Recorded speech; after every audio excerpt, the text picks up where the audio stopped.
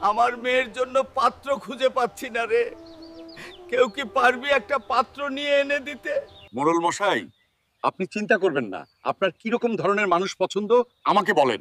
আমার পছন্দ হলো সাদাসিধা মানুষ হতে হবে এবং মাটির মানুষ হতে হবে।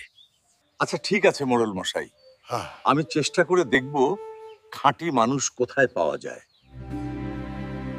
2 দিন তো হয়ে গেল, হালকা এখনো মাটির মানুষ নিয়ে আসলো না। মোড়ল মশাই, বাসায় আছেন নাকি? আপনার জন্য মাটির মানুষ নিয়ে এসেছি। কোথায় সেই মাটির মানুষ? হালকা, আমাকে তাড়াতাড়ি দেখাও। অনেক কষ্ট করে এই মাটির মানুষটি নিয়ে এসেছি। মোড়ল মশাই আপনার জন্য।